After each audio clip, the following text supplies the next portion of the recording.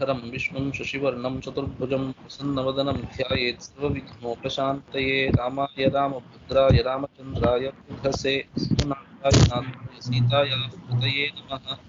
कूजन्तं राम रामेति मधुराक्षरम् आरुह्य वन्दे वाल्मीकिकोकिलम्। नमोऽस्तु रामाय सलक्ष्मणाय देव्यै च तस्यै जनकात्मजायै। नमोऽस्तु रुद्रेन्द्रयमानिलेभ्यो नमोऽस्तु चन्द्रार्कमरुद्गणेभ्यः। ॐ. So I want you all to repeat this shloka. So over time you will learn it anyway.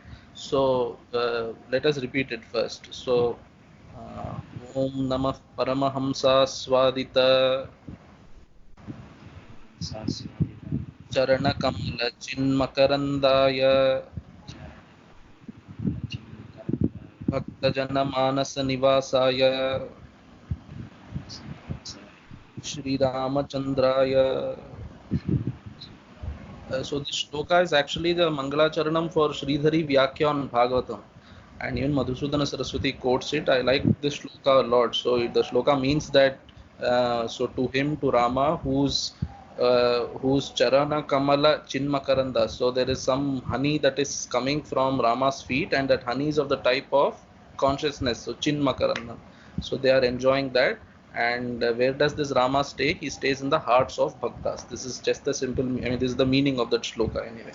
So let's continue from where we left yesterday. And since because people joined today newly, I will just repeat the shlokas because we did the first three shlokas yesterday. We'll just repeat. तपस्वाध्याय निरतं तपस्वी वाग्विदाम्बरं नारदं परिपप्रच्छ वाल्मीकिर्मुनिपुङ्गवम् कोऽन्वस्मिन् साम्प्रतं लोके गुणवान् कश्च वीर्यवान् धर्मज्ञश्च कृतज्ञश्च सत्यवाक्यो दृढव्रतः चारित्रेण च को युक्तः सर्वभूतेषु को हितः विद्वान् कः समर्थश्च कश्चैकप्रियदर्शनः आत्मवान् को जितक्रोधो द्युतिमान् को न सूयकः कस्य बिभ्यति देवाश्च जातरोषस्य संयुगे एतदिच्छाम्यहं श्रोतुं परं कौतूहलं हि मे महर्षे त्वं समर्थोऽसि ज्ञातुमेवं विधं नरम्. So Valmiki is asking Narada to tell him about a person who is currently at this time in this loka existing, who has all these gunas. So he mentioned 16 gunas. The idea is he is asking about Parabrahma, because like 16 annas make 1 rupee, so 16 qualities make a full. That's the idea. So he's asking about them, and we have seen up to shloka 3. So let's see shloka 4. So Atmavan ko jitakrodha. Kaha Atmavan? Atmavan is Vashikritantahkaranaha. So he has kept his antahkarana under his control. You have to bear with me in the initial few shlokas where there are a lot of gunas described. For that I am going to refer from the Tika. Once the story starts, it moves quickly. Only the first 20 or so shlokas, we have to be a little patient. So it's Rama's gunas, so we can enjoy anyway. Atmavan kaha. So Atmavan we saw Vashikritantahkaranaha. Jitakrodha. Jitakrodha is one who has won over anger. So when can you win over anger? When the external circumstances don't disturb you. So that's what the Tikakara is telling. Jitakrodha ninda ninda himsadi janaka chittavritti vishesha rahitaha. So in his mind, even these thoughts doesn't arise that somebody has insulted me, somebody has caused harm to me, and these things. Only when these things are there, there will be krodha. So in Rama's mind, those thoughts even don't come up. So krodhotra kamadinam api upalakshanam. So not jita krodha means jita kamaha also. So all the internal enemies he has won over. So Dyutiman means Dyuti is sarvalokasya didriksha janako dehakanti viseshaha. So Dyuti is actually luster. There's a particular luster about him. And how is that luster? That luster is like everybody wants to look at him. So Didriksha is drashtum ichha. Everyone wants to look at Rama. That such luster he has. And kaha anasuya kaha, one who doesn't have any jealousy. So this is one guna that perhaps only Ishvara can have, only Bhagwan or Parabrahma can have. Because however great a person might be, there is always a scope for some jealousy to crop in. And how does jealousy crop in? Because of, you see somebody who's more learned than you, you see somebody who has done more tapas than you, and who has more wealth than you, and things like that. That's what even the Tikakara is telling. Anasuya kaha vidyaishwaryadi tapassu परौन्नत्यसहि परौन्नत्य परौन्नत्यसहम असहनम असूया. So Vidya, Aishwarya, Tapa, these things, when you see some other person, he has done more tapas than you, he's learnt more than you, he has more Aishwaryam than you, then there is a scope for jealousy. But in the case of Parabrahman, there cannot be anybody else, you know, so there is no Dvitiya, so there is no scope for comparison also for Parabrahma, therefore he is Anasuyakaha. So Kasya Bibhyati Devascha Jataroshasya Samyuge. So he's telling, already he's told Jita Krodha, he has controlled his anger, but suppose he gets anger. Once he gets anger, then even gods fear him. Once you say even gods fear him, then there is no doubt about asuras fearing him. They already fear him once they get. So even asuras are afraid, even gods are afraid. What to speak about asuras? That's the idea. Kasya bibhyati devascha jata roshasya samyuge. Samyuge means yuddha kale. So in a war, suppose he gets angry in a war, then even devatas fear him. So all the qualities that Valmiki is asking here, he asks 16 qualities, and then Narada gives another set of qualities, about 30-40 qualities. All these things we can see in the story of Rama. For example, Kasya Bibhyati Devascha Jataroshasya Samyuge, you can see Sagara was afraid of Rama in that context. So everything you can map one to one, these things in Valmiki Ramayana. एतदिच्छाम्यहं श्रोतुं परं कौतूहलं हि मे महर्षे त्वं समर्थोऽसि ज्ञातुमेवं विधं नरम्. So Kutuhala is curiosity, but you can take it here because we have seen that Valmiki is a tapasvi, so his antahkarana has become Shuddha. Now Kutuhala you can take as Jignasa and Brahman. So in Parabrahma you can take it like that. But Kutuhalam is he is curious to know if there is somebody who has all these qualities in him. Etad means all these gunas that he has described. Etad ichhamyaham shrotum. So shrotum ichhami, aham shrotum ichhami. I desire to know if there is somebody who has all these qualities. You might say that, you know, it's not possible to have one person to have all these qualities, and even if there is a person like that, I wouldn't know. So he's telling Narada, please don't say such things, because you are samarthosi evam vidham naram jnatum samarthosi. So he's telling you are an expert, so you know you are capable of answering these things. So Maharshe tvam samarthosi jnatum evam vidham naram. You are capable of answering this question. I know about you. So that is what Valmiki is telling. So he's having some respect towards Narada. That's how he's expressing it. You are a great person. I know you will be able to answer this question. So now, and mind you, in entire Valmiki Ramayana, you don't have like in Mahabharata we have so Bhishma Uvacha, Bhagavan Uvacha. You don't have, everything is in direct speech. So Valmiki will say he said like this, and he will go on. So he doesn't say he said and then quote separately. He just, Valmiki goes on everything in direct speech. So now Narada is replying, Shrutva chaitat trilokagno Valmikir Narado vachaha Shruyatamiti cha mantre prahrishto vakyam abravit. Now Narada heard Valmiki's questions, and he is very happy that somebody asked him such a question. And now what kind of Narada he is? He's Trilokagnya. He knows news of all. That's how the Tikakara has also written. He knows the news of all the three worlds. So he's better equipped to answer if there is a person like this somewhere.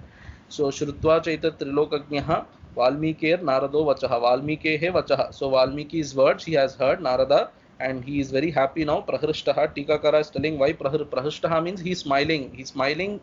Having smiled, he is telling these things. That's the meaning. Prahrishto vachanam abravit. He's smiling because Narada is also thinking that for a long time I also wanted to talk about Rama, and finally somebody is asking me. So he's happy and he's telling. So Shruyatam iti chamantraya. He's telling listen.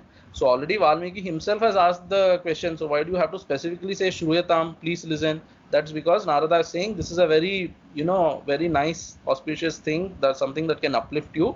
Please pay attention and listen. So that's the meaning of, that's the purpose of having Shruyatam there once again.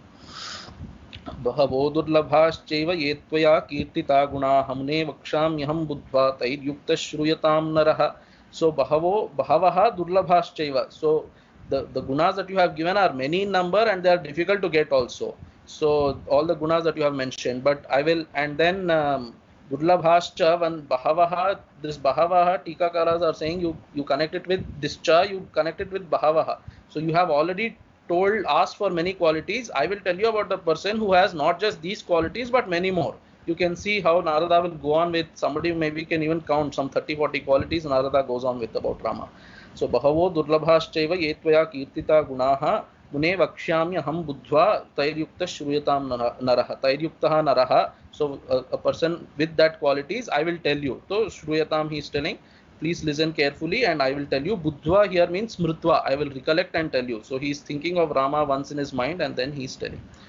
इक्ष्वाकुवंशप्रभवो रामो नाम जनैः श्रुतः नियतात्मा महावीर्यो द्युतिमान् धृतिमान् वशी बुद्धिमान् नीतिमान् वाग्मी श्रीमान् शत्रुनिबर्हणः विपुलांसो महाबाहुः कम्बुग्रीवो महाहनुः महोरस्को महेश्वासो गूढजत्रुररिन्दमः आजानुबाहुः सुशिराः सुललाटः सुविक्रमः समसमविभक्ताङ्गस्निग्धवर्णः प्रतापवान् पीनवक्षा विशालाक्षो लक्ष्मीवान् शुभलक्षणः. So now Narada is starting to tell, this is the story of Balakanda. So the first sarga of Ramayana, in first sarga is the first sarga of Balakanda of the Rama, entire Ramayana also this is the first sarga. It's called Bala Ramayana. It consists of 100 shlokas and covers the entire story of Rama from Rama's birth till Pattabhishekam. So now the story of Balakanda starts in Narada's version of Narada's retelling of Ramayana to Valmiki. Balakanda starting here, and Balakanda goes up to 18 and a half shlokas. So the first half of 19th shloka till there you can see Balakanda is going on. So Ikshvaku Vamsha Prabhavaha. So he is somebody. So the person that you have asked for, he was born in the lineage of Ikshvaku. So Ikshvaku Vamsha Prabhavaha means born in the lineage of Ikshvaku. Ramo Nama Janai. So this is the first time Rama's name is coming up in Valmiki Ramayana. We can observe. So he is telling Ramo Nama Janai. So this is a very frequently coming expression. So Ramo Nama Janai keeps coming again and again in Valmiki Ramayana. So even when Lakshmana introduces Rama, he doesn't say this is Rama, his name is Rama. So this is a style of speaking. Ramo Nama Janai means he's popular amongst people as he's known amongst people as Rama. So that's the idea. So for Rama now, as Rama Bhaktas, because Rama's name has come, we will see one or two meanings of the word Rama, and then we will have ample occasion always to look into what's the meaning of Rama. So the Tikakara is telling Rama word means, first of all, there are many commentaries on the Ramayana, and many Mahatmas also point out from those commentaries that just by deriving the word Rama, you can explain that all these 16 qualities are there in Rama. So for example, Rayaha Sampadan Amayatiti Ramaha. So one who gives all riches is Rama. So even in Tamil we say Amanjirke, Nalla Amanjirke. So in Sanskriti also you have that prayoga. So Amayatiti Ramaha, one who gives you all the wealth, that is Rama. Then Parashurama Ravanadin Jayatiti Ramaha. So there are various ways of explaining those things. So all those 16 qualities, you can just derive the word Rama and then explain that these 16 qualities are there in this person. And this word Rama, because Rama is coming here first time, like I said, we'll dwell in for 1 or 2 minutes. So the word Rama is supposed to give meaning in a yogikartha, it's called. So how words have meaning. So Mimamsakas say this, and it's there it's accepted by almost every school, how words give meaning. So there are different ways. One is yogikartha, then there is rudhi artha. So yogikartha is derivative meaning. So their words will have a derivative meaning, and sometimes words will have just a rudhi meanings. I mean, by convention you are calling it like that. Sometimes it is both. You have a derivative meaning, but that derivative meaning is used in a more stricter sense in a particular thing, and that is rudhi artha. For example, Jalajaha or Pankajaha, lotus is called Pankajaha. Pankajaha means that which is born in Panka. Panka is, I don't know, mire or something like that, polluted water. So it's called Kichad in Hindi. Born in Kichad. There are many things that are born in Kichad. Even worms are born in Kichad. But Pankaja is a common name. So the yogic artha of Pankaja means that which is born in Panka. So there can be many things which are born in Panka, but Rudhi way, in the conventional, very popular way, it is attributed to lotus. So lotus is Pankajaha. Many other things are also Pankajaha, but lotus is Pankaja by Rudhi. So if you see, Mahatmas will say Rama is applicable to this person both in a Rudhi way and in Yogika way. So here Yogika artha, the Tikakara is telling Ramante yoginosmin iti Ramaha. So yogis take delight in him.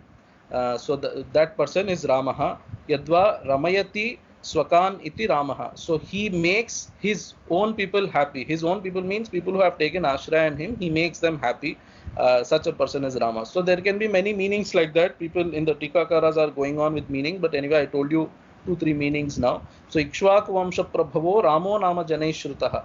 There is a shloka which says that you should not take a person's name just directly, you know. So Atma Nama Guror Nama Namati Kripanasya Cha Shreyah Kamo na Prayunji na Shreyah Kamo na Grihnita Jeshtha Patya Kalatrayo. There's a shloka like that which says that the name of these certain people you should not take directly. So the name of yourself, the name of your guru, and then the name of a very miserly person or a person that is better not spoken about, such a person, and the name of your eldest son and the name of your wife. You should not directly say. You should say, you know,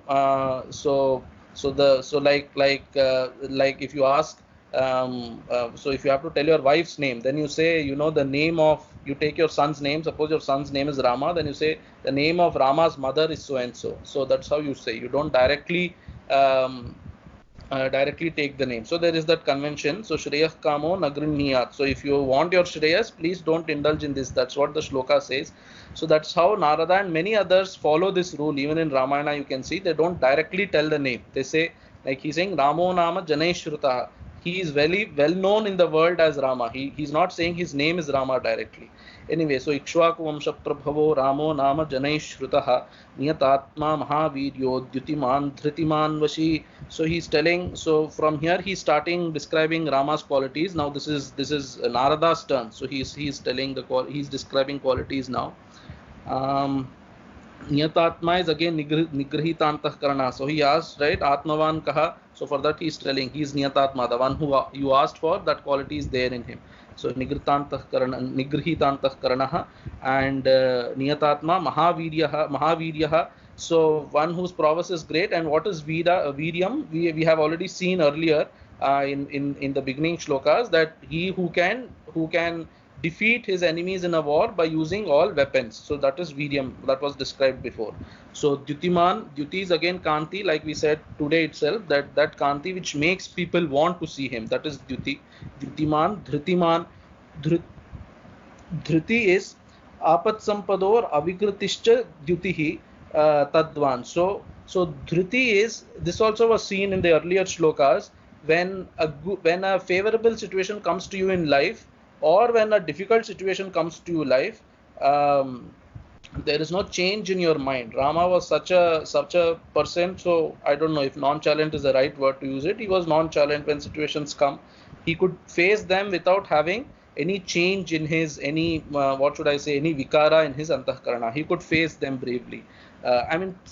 Face them with equipoise. Later he will analyze them, and that is different. But when the situation itself happens, he's not so struck by the event so much that he gets disturbed. So that is Dhrutiman. Vashi is Jitasesha Bahirindriyaha. So Vashi here and Antarindriyas will come later. So Vashi is telling one who has kept all the Bahirindriyas, Karmendriyas in his control. Buddhiman, Nitiman, Vagmi, Shriman, Chatru, Nibarhanaha.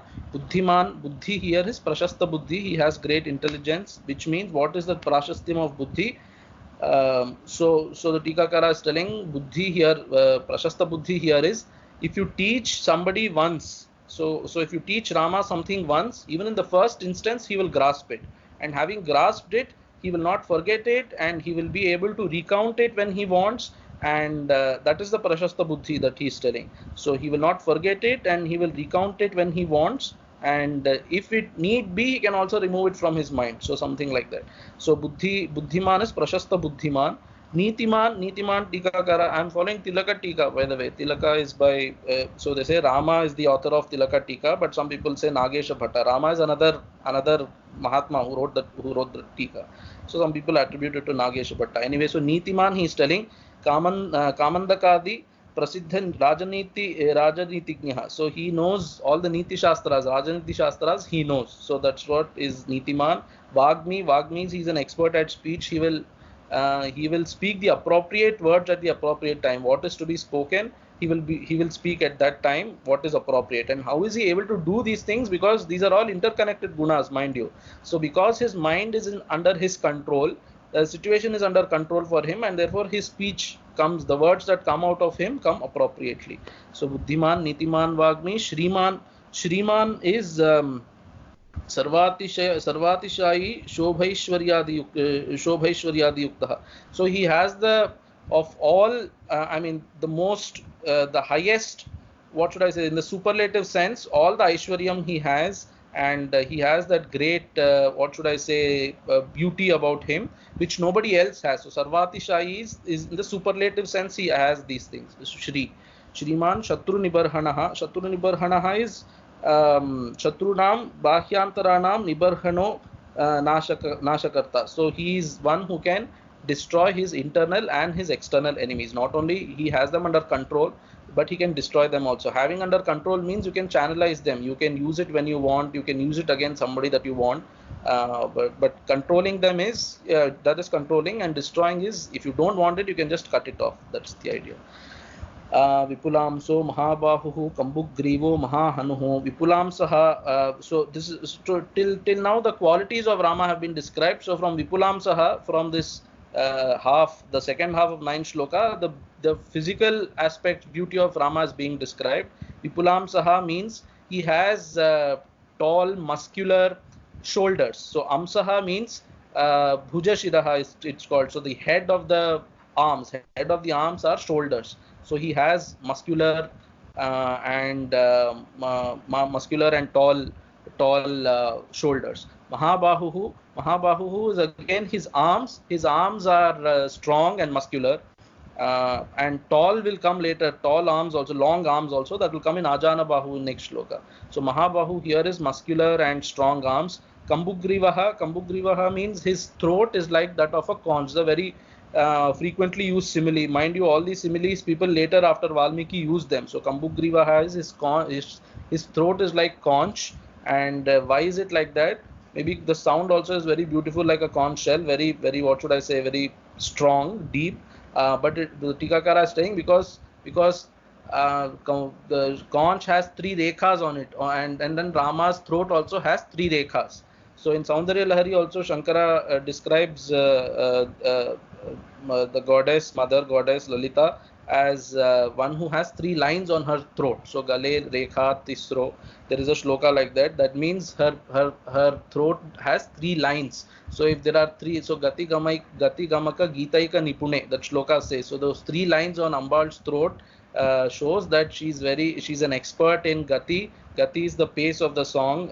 So you can say Talam, Gamaka is oscillations, and Gita is song itself. So if you have those 3 rekas, that means you're an expert in Sangita. So Rama is perhaps an expert in Sangita also. Kambugrivaha. Mahahanuhu.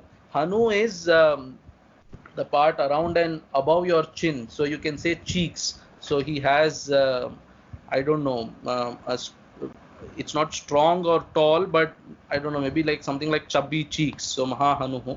Mahorasko Maheshwaso Gudha Jatru Rarindamaha Ajanubahu Sushira Sulalata Suvikramaha Mahoraskaha. Uraha means chest. So he has a wide chest, so 56 inches chest, like these days people are speaking about it.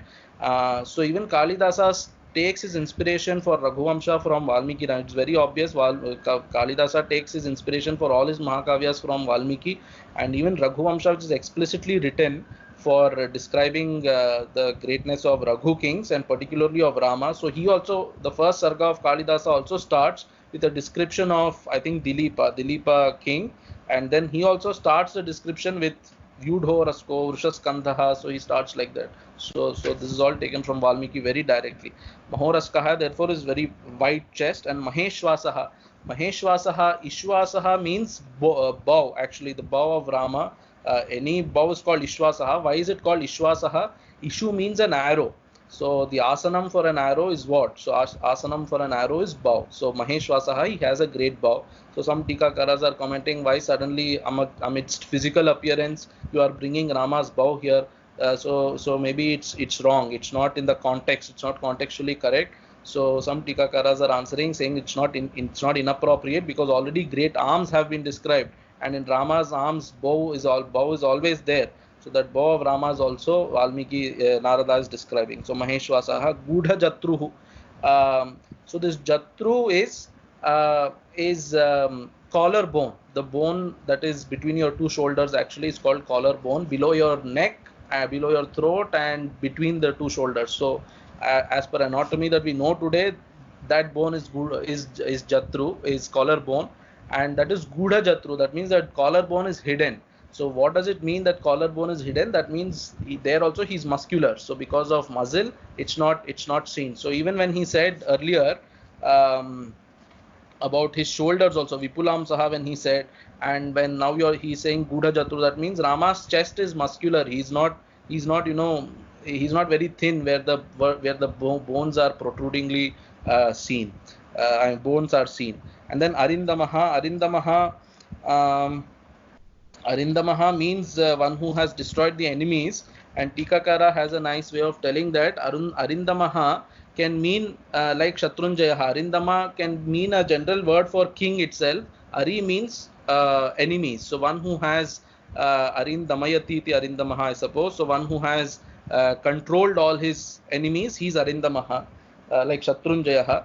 But then he's giving a beautiful meaning for Arindamaha. Arindamo Nija Bhaktanam Arin Kamadin Nija Bhaktyantaraaya Kartru Papaniva Damayatiti Arindamaha. So Ari, what does Parabrahma have enemies? He doesn't have any enemies, but his bhaktas are having some enemies. What are those enemies that the bhaktas are having? So Kama, Krodha, etc. So the enemies of his bhaktas, he controls them, he destroys or whatever, kills them.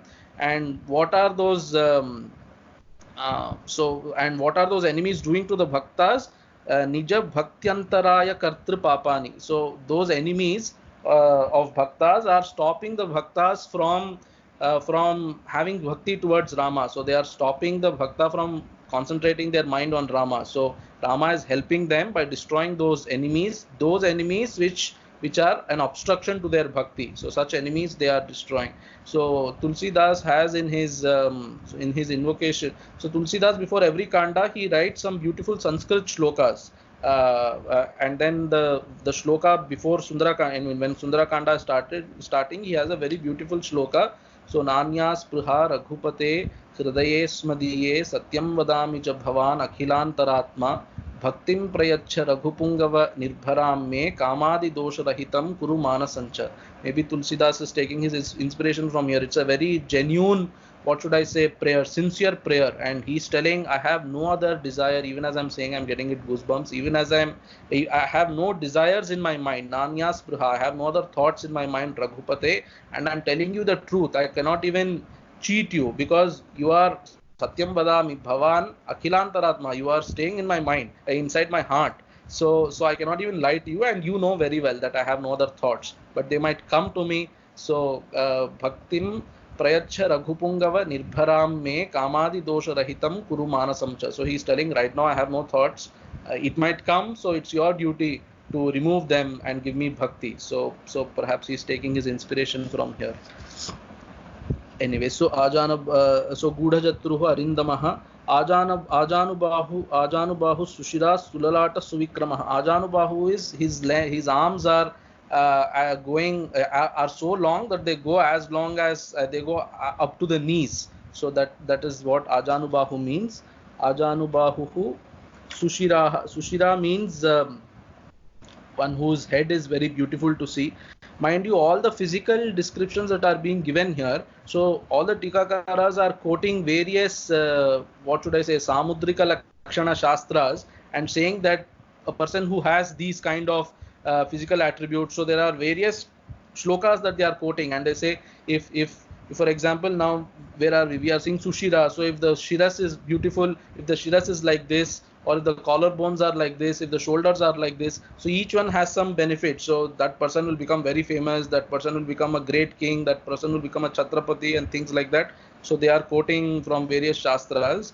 So all these have some pramana. If you believe in all those Samudrika Lakshana Shastras, then it makes a lot more sense that Rama has all these qualities in him. So Sushiraha means one who has a very beautiful head to look at. Sulalataha, Lalata is forehead.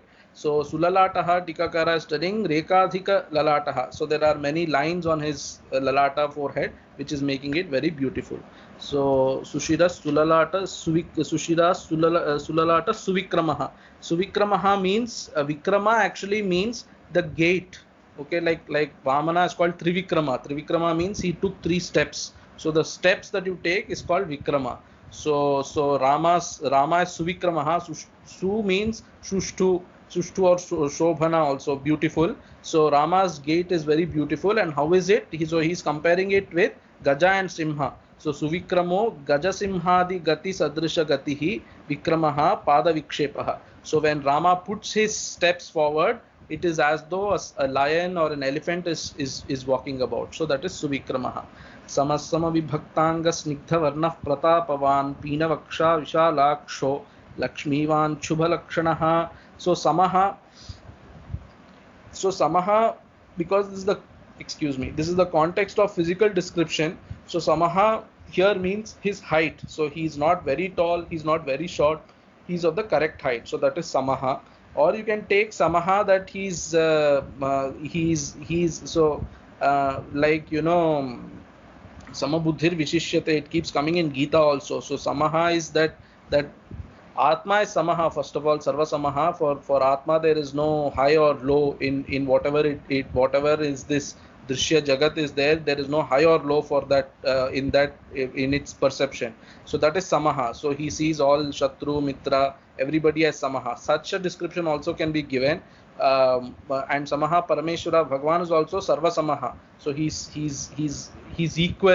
equally favorable to everybody. That's the idea. But Samaha here is in the context of physical attributes. So you have to take it as height. That's how the Tikakara is described. Samaha is described as height. He's not very tall, not very short. He's of the appropriate height.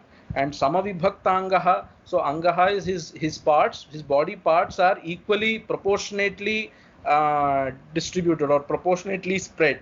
So there is this painting by, I don't know, Michelangelo or Leonardo or somebody. It's called the Vitruvian Man. So he draws a human body and then he shows how each organ in the human body can be, or rather maybe he says all organs are like that for everybody. They are very proportionate. How much your nose is, the nose for everybody is so much proportionately. I mean, he gives a ratio, nose is to face kind of ratio and things like that. So Rama's body parts are also very beautifully proportionately, appropriately spread over. Snigdha Varnaha, so Varnaha means color here. Snigdha Varnaha means his body color is shining. So like we say Chikna in Hindi. So it's his body is very glossy complexion, you can say. And Tikakaras are adding Shyamala here, Snigdha Shyamala Varnaha. So Shyamala means dark in color. So his body, I mean, but Snigdha Varnaha itself means glossy complexion. And Pratapavan, what is Pratapaha? Smritimatrena Ripu Hridaya Vidarana Kshamam Paurusham Tadvan. So Pratapaha means his fame as a great warrior is so famous that his enemies, by just thinking of Rama, they get so terrified. So all these things you will see later in Ramayana story. For example, when Ravana comes to Maricha, I don't know if many people know this story. First, when Ravana comes to Maricha, Maricha will say, I remember Rama's arrow. He hit me when we were obstructing Vishwamitra's sacrifice. He came and he shoot an arrow. Subahu was killed and I was thrown here. And even now I remember, for him, even if you indirectly take any name that any word that ends with Rama, he gets so terrified. So just by thinking of Rama, he gets terrified. He does some bodha to Ravana and Ravana goes back the first time. Then again he gets, he's pushed into it, and then he comes second time to Maricha, and then Maricha will say, okay, it's better. And then he will tell Maricha, if you don't do this for me, I will kill you. Then Maricha will think, instead of dying at Ravana's hand, it's better I die at Rama's hand, and that's how he goes. So I shouldn't have broken the suspense. I don't know if you people know this story already, but this is how Valmiki says in Ramayana. So he ends the chapter there where Ravana goes back, and once you read the chapter, you will wonder, what is this? Maricha is instructing and Ravana is going back. But what happened? Maricha has to come back as a golden deer. Anyway, so Valmiki knows very well where to end the story, where to end the sarga. He creates a lot of suspense. and that is what a kavya is supposed to do. Like I was telling in yesterday's introduction, kavya is kanta samhita. So it is like a lover, a beloved lady who doesn't expressly tells you that you should do like this or do like that, but only indicates that you should do like that.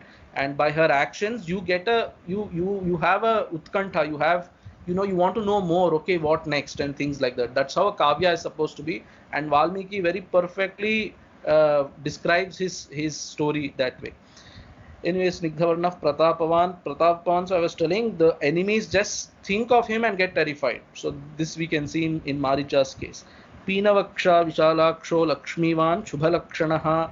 Peenavakshaha, so I was thinking how to describe Vaksha, because already Ura is described as chest. So this Vakshaha, I did some limited to Google search kind of study of anatomy. For 1 or 2 minutes I studied, and it seemed to me that pectoral muscle seemed to be the correct description of Vaksha. So the muscle that connects the chest to the shoulder is called pectoral muscle. So even that, Rama's pectoral muscle is very strong, muscular.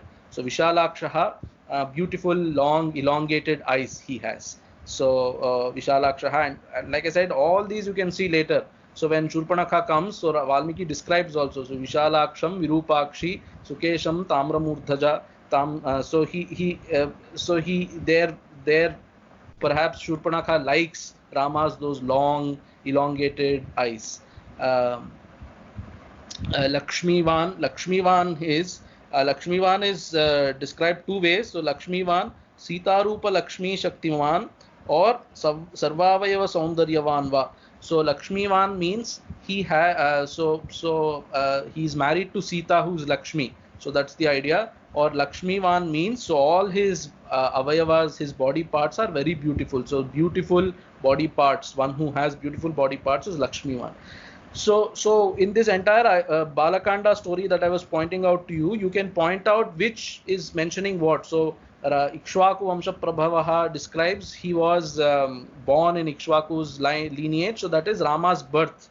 So somewhere in between Vishwamitra's context also comes, but now this Lakshmivan shows the story of Sita-Rama Kalyanam. So Lakshmivan is showing that. Mind you, in the entire Bala Ramayanam, the first Sarga, the story Narada, like I have been saying, all these you can see later elaborated by Valmiki, but Narada in a very crisp way, in sutra way, he tells it and goes. So all these are stories that you can map, and Vyakyakaras show you also. So Lakshmivan, they say, is Sita, and they say it later when Balakanda portion of this Bala Ramayana is ending, then they will show which word is supposed to mean which incident in Balakanda. So anyway, Lakshmivan Shubhalakshanaha. Shubhalakshana has evam muktaritya shubhani samudrika shastroktaani lakshanani yasya sa shubhalakshanaha. So all these lakshanas, physical attributes which are supposed to be very good even as per samudrika shastra, those lakshanas he has. That is the idea of shubhalakshanaha. Even other body parts are very beautiful, and all are according to samudrika shastras. We will stop here, though we have 5 more minutes, because it's a nice place to stop, because so far he has described Rama's physical qualities. So he started by describing Rama's qualities in general by Niyatatma, Mahaviryaha and things like that. That went on from 8 and the first half of 9th shloka. From the second half of 9th shloka, please pay attention to these things. I mean, it's a very nice way to track the story. So the second half of 9th shloka starts with bodily physical description of Rama. So physical description starts from the second half of 9th shloka to 11th shloka. From the 12th shloka onwards, so Govindaraja Tika is very nicely saying, so far, if you approach Rama, you can see these beautiful aspects of Rama was being said. Now, but why should I approach Rama? So there should be some benefit. I mean, the Bhakta doesn't think of benefit, but it's a way of saying. So why should I approach Rama? Those gunas are being said from now on. So what is that? Ashrita Rakshanopayogi Gunan. So you should approach Rama, because if you approach him, he will protect you. He will take care of you. Such gunas which are helpful, what should I say? Which are very useful to people in protecting people who take Sharana under him. So such gunas are being described. This goes on now from 12 to the first half of 14. So Swajanasya cha Rakshita. I'll just say the shlokas. Maybe we'll continue in the next session. Dharmagnya Satyasandhascha Prajanancha Hite Rataha Yashasvi Jnana Sampannaha Shuchirvashya Samadhiman Prajapati Samah Shriman Dhata Ripu Nishudanaha Rakshita Jiva Lokasya Dharmasya Parirakshita Rakshita Swasya Dharmasya Swajanasya cha Rakshita. So till here are all these Ashrita Rakshanopayogi gunas are being described in these in this 2.5 shlokas. So this we will see in the next session, and then the story goes on. Mind you, like I've been telling, you should have a little patience in the beginning when these gunas are described. Excuse me. We should take delight in listening to or in talking about Rama's gunas. You will see that Valmiki uses a lot of similes even as we proceed. So he will say he's in luster, he's like sun; in brilliance, he's like moon. So I'm just giving an example. But then what are you saying? It seems like both are same things. So this is called punarukti dosha. If you are repeating things, so there is so people say there is no punarukti dosha for Valmiki. So everything has some meaning, and that subtle differences between two gunas that appear to be same is what the Tikakaras highlight, and that's why I've been referring to Tika for these small things. Once the story part starts even in Bala Ramayana itself, in the first sarga itself, it starts from 19th or 20th shloka it starts, and from there onwards it will proceed more quickly. So we will stop here. My idea was, before we stop, we will sing a shloka for Hanuman, say a shloka for Hanuman, and then stop. So yatra yatra Raghunatha Kirtanam tatra tatra Kritamastakанjalim Vashpavari Paripurnalochanam Marutim Namata Rakshasantakam. Om Purnamadah Purnamidam Purnat Purnamudachyate Purnasya Purnamadaya Purnameva Vashishyate. Om Shanti Shanti Shanti. Shri Ramachandrarpanamastu.